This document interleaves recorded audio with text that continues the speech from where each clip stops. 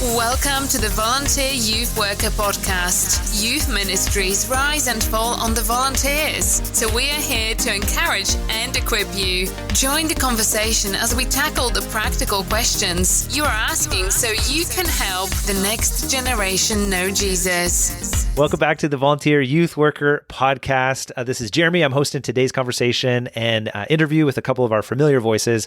Of course, Sid and Lisette, you guys are kind of the mainstays to this podcast, which is super fun. Why don't you guys say hey to our audience, fill them in where you're coming from today? Hey, this is Lisette. I'm here in Atlanta, Georgia today. Hey, and this is Sid, and I am here in Kelowna, British Columbia, Canada. Woo! Absolutely. And I think this is going to be a really helpful conversation because of the experience that both of you guys have had. So you have both been in ministry for a number of decades in local churches, serving as point leaders in youth ministry, and have done ministry in dramatically different contexts over the course of each of your careers. And so this question, as people can see from the title, is should you do youth ministry different when the church is no longer trusted in culture? And I think, at least for us in the country that we live in, I live in the East Coast of Canada. Sid, you're in Canada right now. This has been our reality for a very long time. Church has lost the trust of culture, and people are very, very nervous and skeptical about church things. And so that seems like it continues to even progress further than what we saw 20 years ago, and it continues to give you, eroded trust. Would that be fair to say? Yeah, and you know what? It's interesting, Jerry, because when you say, should we do it differently? I'm with you, man. Like, I just feel like, even as we've talked about this has only always been my experience. So I remember even as a kid, I'd be, playing sports on a new team. I always knew there was a phase of wondering, what are they going to say when they find out that I go to church, that that I'm a Christian. And I remember getting through that and then accepting this next phase of a lack of trust, question, even attack. That was just normative. And then getting through that phase to a place of now being trusted again, which was always fascinating to get there. But it's something pretty consistent, just growing up with. And now to actually kind of look back on it and try to analyze those phases, go, oh, that's actually helpful, I think, for us, in the space that we're in, because broadly we continue to move in that direction here in Canada. But Lisette, when I talk with you, then I'm always surprised that from your work in the U.S., that actually in some of the areas in the U.S., this is almost a new phenomenon. And so I'm actually really fascinated by that, right, to hear what it's like to transition from that to something different. And then now back again in some ways. Yeah, and right? I did want to say that we'll do this as like a two-part conversation. So we'll handle this question this week and then come back next week because we're going to hit it up and talk about what do you do when the news headlines are bad for Christians, which turns out seems like it's more and more often these days and all across the world. The headlines are awful, and the stories are terrible, and the things that Christians are doing and that their stories being told publicly are very embarrassing. So what should we do? Because here we are as Jesus followers wanting to represent him well, and our people, our students, they're seeing it on TikTok or where they're finding news and wrestling with like, oh, is this what faith is about?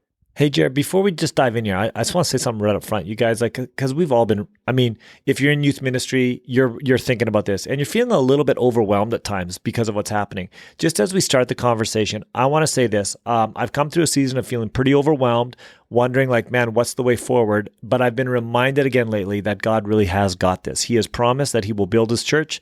Not even the gates of hell will stand against it. We've been called to this time specifically to be a part of that work that he's doing. And so in my good moments, there's clarity on that. And I have a sense of, oh, okay, like, Lord, how do I be a missionary in kind of this different cultural context that we're in right now? And I just want to say that on the outset, we're going to talk about the reality that can be a bit overwhelming, but I just feel so much hope on the way forward as well. So I just want to put that out front to go, listen, volunteer youth workers, what you do matters. It's going to continue to matter. And there's ways to do it that's going to allow you to be even more effective no matter what the context is that you're in. Lisette, why don't you give us a quick story or two of maybe the glory days of influence and trust? Because I think you've had both experiences. You've done ministry in Canada, and then you've gone to the U.S. and have seen maybe people actually at one point in culture were trusting, even if they didn't believe. They thought that there's something good that would come from the church. Is that fair to say? Oh, 100%. And it's such a different journey, right? I remember, being a youth pastor for, over a decade in Canada, and you just got really good at learning how to dodge the question. Yeah. And it wasn't because I was ever ashamed of being a pastor, not at all. I'm thrilled to be in ministry. I'm thrilled to be a Christian. But listen, I was the same, Sid, like middle school, high school. I remember just thinking, like, when they asked, it was like, or if somehow faith or church came up, you were like, oh, I hope this goes okay. And, Do you remember the stories we'd hear from some of our friends, maybe down south, and they talk about getting on the airplane and having these great conversations with the people beside them about faith? That is right. And I never had that experience, because as soon as I would bring up like faith, it was like, boom, conversation over, headphones on. It was over. Oh, it was over. Well, and that was it, right? Like, I learned as a youth pastor, I always called myself a youth worker, right? That's probably part of why we do that as an organization, because that meant that there was still like a relationship. Then the question was, well, what do you do? Well, I work with various institutions, right? Yeah. Public schools and faith organizations and nonprofits. You try to like circle the wagon, circle however you could. And then eventually, somehow somebody would find out you were a pastor. But the amount of times that ended the conversation immediately, or people would actually walk away, or people would no longer have a conversation with you, was wild, right? Because there was so little trust for that. Then I moved to the US, right? And I was moving to Los Angeles, so I wasn't really expecting it to be like wildly Christian. And I remember the first time I did the dance, because I was used to the dance, right? Like, well, I'm a youth worker. And I did the dance, and they finally found out I was a pastor, and they were like, oh my gosh, that's amazing. We love pastors. And it was like, oh. I was so shocked. I have never heard that. Know what to do with this. I have never in my career heard that. So then I started walking around saying like, hey, I'm a pastor. And it like opened doors. And I was like, I am wildly confused by this cultural context. Yeah. But I'll take it. Yeah. But what I realized really quickly was there was a generation where that sat very true. Mm-hmm. But I would say even for the younger generation, there's been skepticism longer than for their parents, because their parents grew up in an environment where pastors were respected and trusted and very central culturally. But if you've tracked the news at all in the U.S., which unfortunately globally, you usually hear some U.S. news, you've watched this divergence, I think, of understanding of what faith's role in culture has, what it means to even be a Christian in the U.S., what it means to be a Christian globally. But in the U.S., like, the picture of that has changed a lot, and it's made it a lot harder to have that conversation.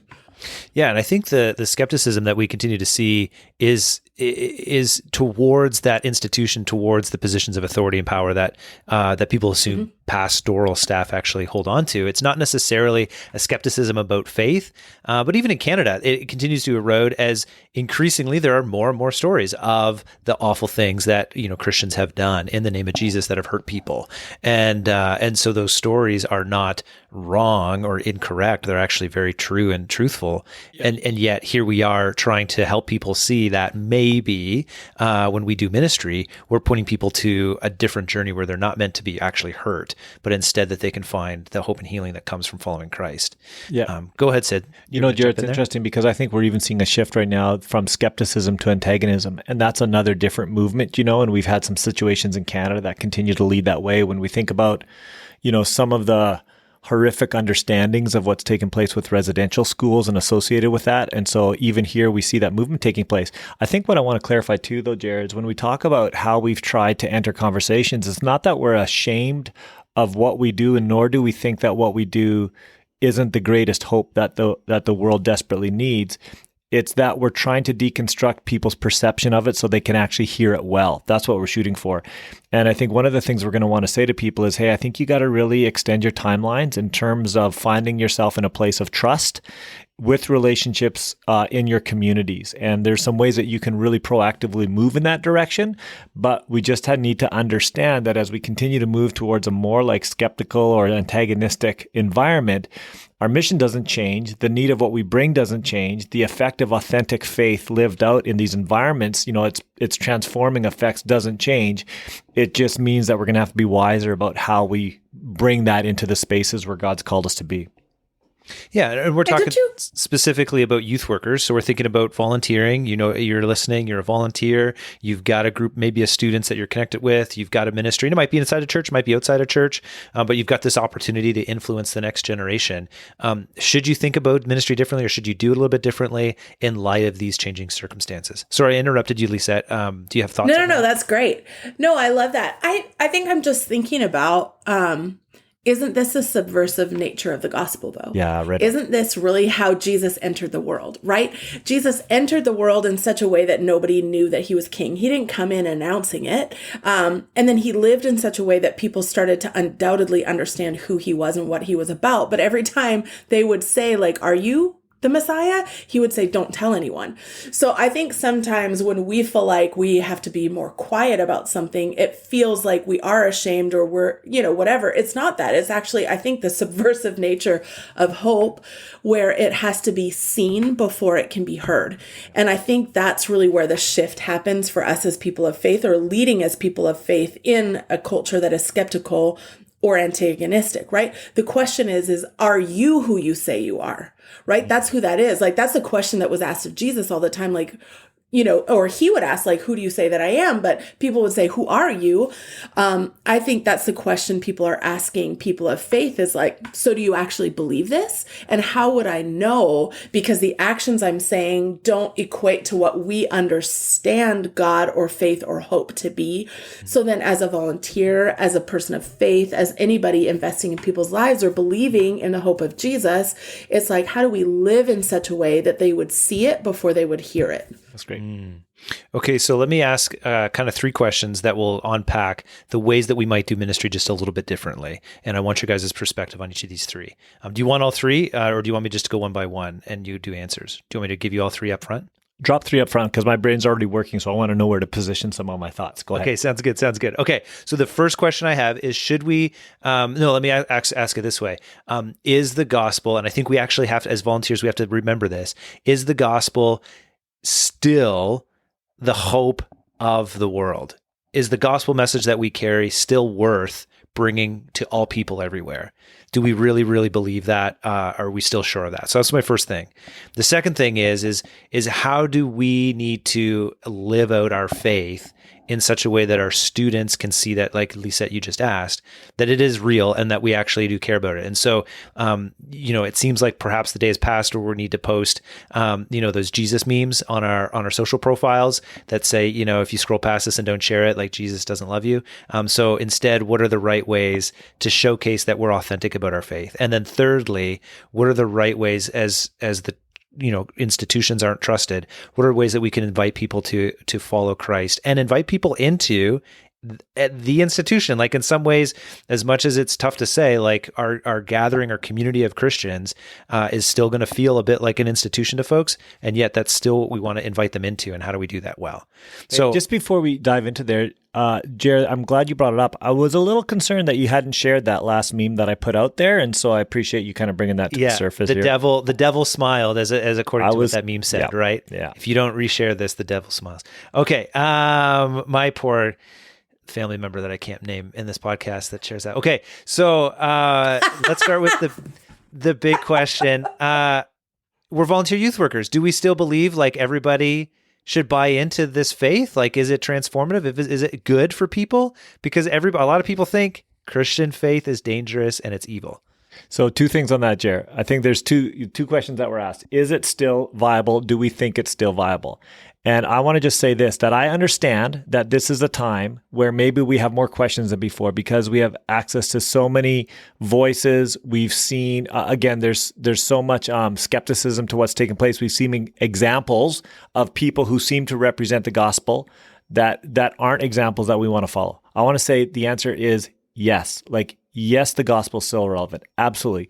But yes, we should also be really discerning. Like, I think it's, we get really concerned about deconstructing faith. I think there's lots of value in deconstructing faithlessness or lack of faithfulness, if you will. So when we see churches not living up in a way that aligns with the gospel, we should question that. And we should be appropriately skeptical of some of those environments. I should be appropriately skeptical about my own journey, knowing that it doesn't always align with full integrity the way it should. And I should be confessional and open to other people engaging me. But the gospel itself, we desperately need the gospel. It is the good news. It is the hope that our world desperately needs now, especially as we're more fractured than we've ever been before, especially as we're more aware of not only the brokenness, but the sin that's perpetrating evil on other people. The gospel is the hope that reconciles and restores and renews and recreates. It's Jesus doing the powerful work that we cannot do. So we absolutely need it more than ever before. But we should understand that people will be more skeptical than ever before, because of some of the places that they assume represent the gospel, but actually don't. And I think we should be okay with that. I think we should affirm that when we see that to be true. I think we should also be humble and confess it when it's true in our own lives. And that's going to be an important part of the way forward as well. That's good. I like that. And I want to reference, people can go back and listen to episode 128. We did an interview with Jason Ballard. We talked about, is it honestly worthwhile that teenagers get saved? And we talk a little bit about this, believing that, yes, the gospel is still the thing that matters. And we want people to experience that. And Jared, one of the things I just want to reflect on again, Jason was working with a downtown mission in Eastside Vancouver, right? Like really tough spaces, and so many organizations doing really wonderful work there. But as they talked with the people who were right in the midst of the mix, they just simply said, we are so thankful for all the work that's taking place. It's so important. But if hearts aren't changed and the gospel doesn't transform the person, the soul of the person, so many of these other works ultimately don't end up in doing transformation. They're a really important part of it, but we need the Spirit to change the life of an individual in order to actually see the effects lived out long-term and in really deep ways. So I affirm that so much. Jay, and Jay was really articulate on that. Yeah, for sure. Okay, Lisette, so how do we actually live out? So we're thinking about doing ministry a little bit different as churches lost trust in culture.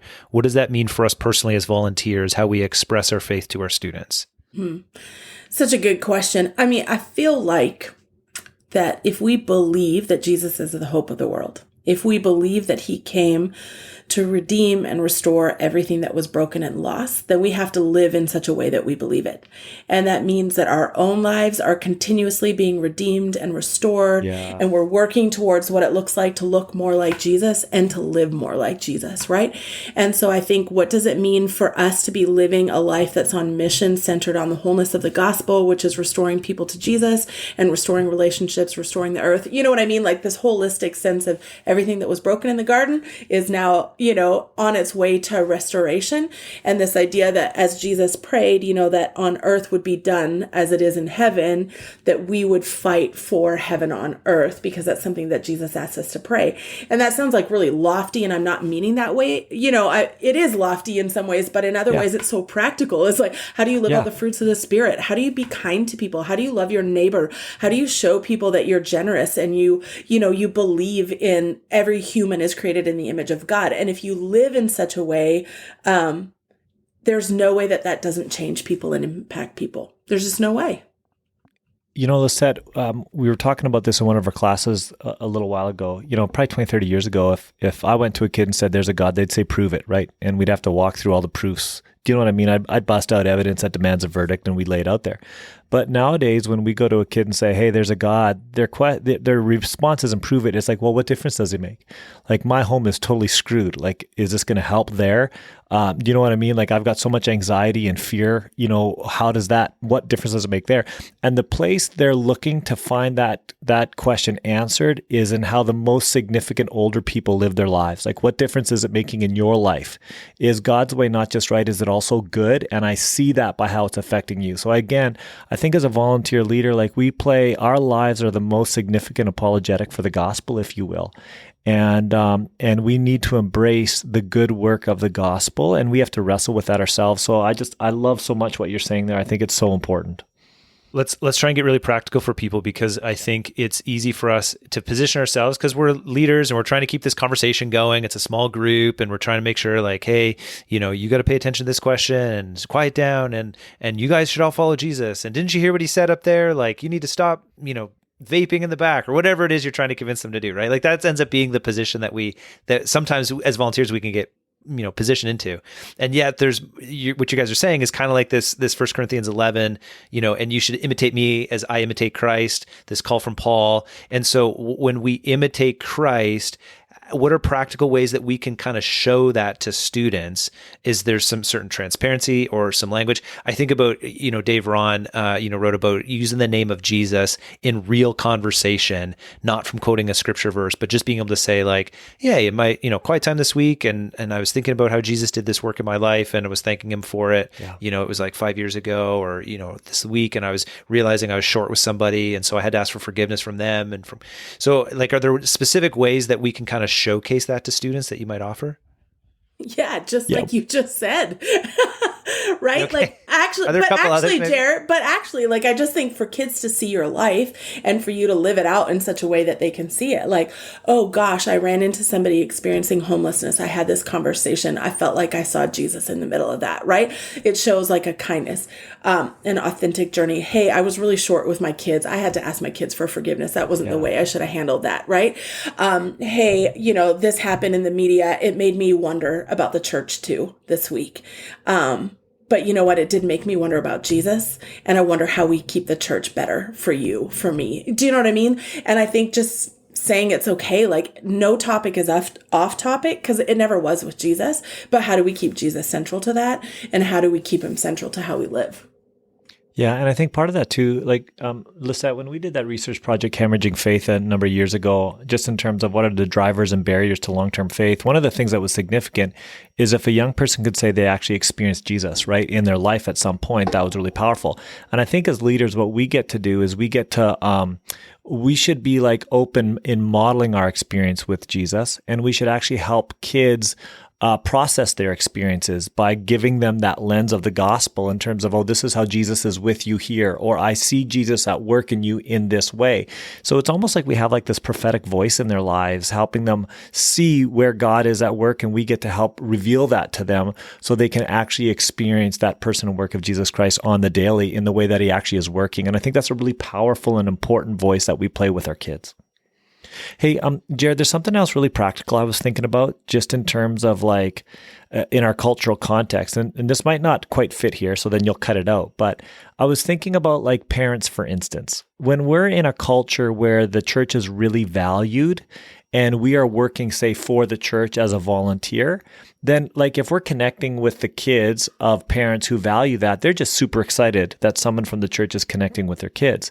That's different these days. We don't get to assume on that. So what that means for me is the need to be communicating with parents, the need to be connecting with them and introducing ourselves to parents, the need to be asking for permission from parents to connect with their kids, being really clear on how we're aware of the need for real safety and integrity and the things we've put in place for that. All of those things are really important, especially in a skeptical environment. If we want to have the right to influence children, we really need to think about how we're bridging through parents and those or guardians in those experiences as well. And then the other place it starts making a difference for me is actually on school campuses. So I grew up knowing that I really couldn't enter a school campus as a minister, coming there to do spiritual formation. That was pretty clear to me. I could be there as a relational support for kids, or better yet, I could simply be there to support the school. And that meant I had to honor the commitment to serving the school in the way that they asked me to and not paint outside those lines. And then trust that over time, as credibility was earned in that space, there would be other opportunities for me to like articulate what I was representing in those moments. So again, I think there's some people might see some of those things as compromise. I'll give you a specific example. I coach basketball. And so the school allows me to coach basketball because I care for kids and I'm present with kids and I consistently show up and I try to represent the school really, really well. If I start preaching to those kids while I'm coaching basketball, I lose the right to be present. But my life does preach, and it's going to lead opportunities in other spaces when I'm not underneath that authority or that trust where I will be able to articulate, and I got to trust God that he's going to provide those ways for me. So being good citizens, good people in the community is really important for us to earn the trust to be able to do the gospel work that God's calling us to do. And those are just a couple of examples that I'm thinking about specifically. Those are big deal though. Yeah, and that's where we wanted to end, Sid, is thinking about how we're inviting students into faith. And I think the bottom line that I'm hearing from you is to be transparent about the work that we're doing. Be transparent with families, be transparent with parents, with guardians, whoever students are connected to. Make sure that there's no secrets. Everything's wide in the open. It's going to keep you safe. It's going to help build the trust capital that you're going to need. And so no longer just being able to text. And this is probably bad anyways to begin with. But, there's a day when maybe you could send a message to a student, hey, let me grab you for lunch and let's just connect, and not give anybody notice that you're going to do it, and pick them up from school and take them out and bring them back. It's no. Now there's a ton of extra communication that should be happening. But that's okay. And it's not going to, I think, hinder ministry. It's going to actually open more doors and be actually really life-giving. So are there other things that we need to be considering, Lisette, or practices that we need to shift as we lose trust, but we still want to invite students into faith? Yeah, I think integrity is everything, right? So we're talking about authenticity, and I think integrity, right? It's that your life is consistently the same. You are who you say you are. You function the way you say you're going to function, right? And that needs to be true on social media. It needs to be true in how you work at work. It needs to be, because I think where you lose trust is when people don't, like that, right? They don't trust you're the same everywhere, or they ever get to find out that you're not. And I think that's such a big deal when you think about parents, you think about communities, you think about all those things.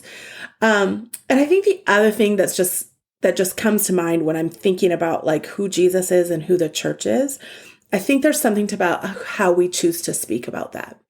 And I think we have to be really thoughtful about this, especially in this season, as we're just watching things come up over and over and over and over. And there's this distrust for who both Jesus and the institution are, is how do we model that we trust those things and still believe in them, even though we have to maybe choose to not trust certain leaders and institutions or certain specific institutions? When do we talk big C, little c? You know what I mean? And how do we be mindful to help kids make sure that we point them to a faith in Jesus, not faith in a person, right? Even though we are the people that will point them towards Jesus, right? And so that's the trick, right? We all follow someone. We saw that all throughout scripture, right? We know that there were people who followed Paul and people who followed Peter, people who followed different people, they were disciples thereof.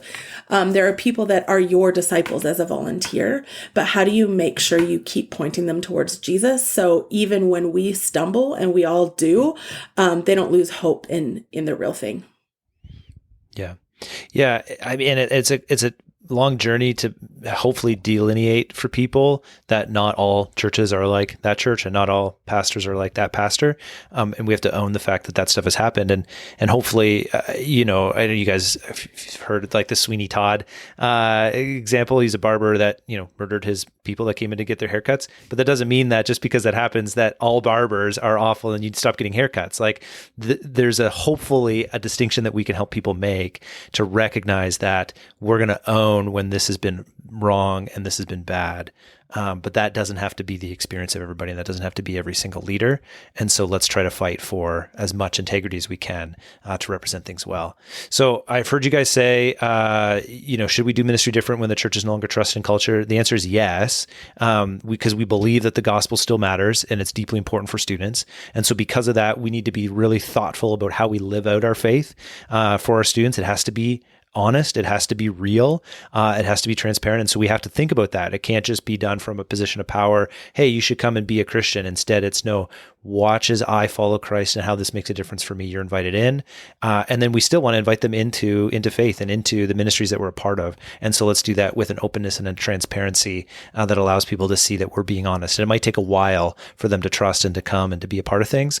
But it will be at that point, hopefully, enough trust that we can actually journey over the long haul. As volunteers, this is a big ask, but I think it's worthwhile. And even in the midst of shifting culture, the work that I think volunteers do matters so greatly for the future of the church and the future of faith in our countries, wherever you're listening from. So please stick with it. Before we let you go, and I know we're going to want people back next week for that big conversation. I'll give last words to you, Sid, and then to you, Lisette. What do you guys want to say to folks as they're processing this? Yeah, I just think again, Jer, Man, what you do, volunteers, matters so much, like so very much. I believe it more now than I ever have before. Your life is the most important thing that you bring to the table in terms of a life that's been shaped by Jesus and continues to follow hard after Jesus. And so don't think that that's not significant. And we know that the environments are complex. God's called you to this time. Honestly, he promises that he'll provide us what we need to do the work he's asking us to do. So we lean into that truth and we continue to fight to take the next step and be faithful. And man, he's at work. Like he's just at work. There are young people watching your life saying because you believe they have hope. And so keep fighting the good fight. Keep leaning in. What you do matters more than you may ever know. I love it. All right, friends, we'll hope to see you back next week for another episode of the Volunteer Youth Worker Podcast. Until then, if you want to reach out, by all means, we would love to hear from you. We drop our information in the show notes so you can let us know if there's a question you want us to tackle and anything that you want to chat with us about. We would love to hear from you. Hope you have a great week and know that you're making an eternal difference.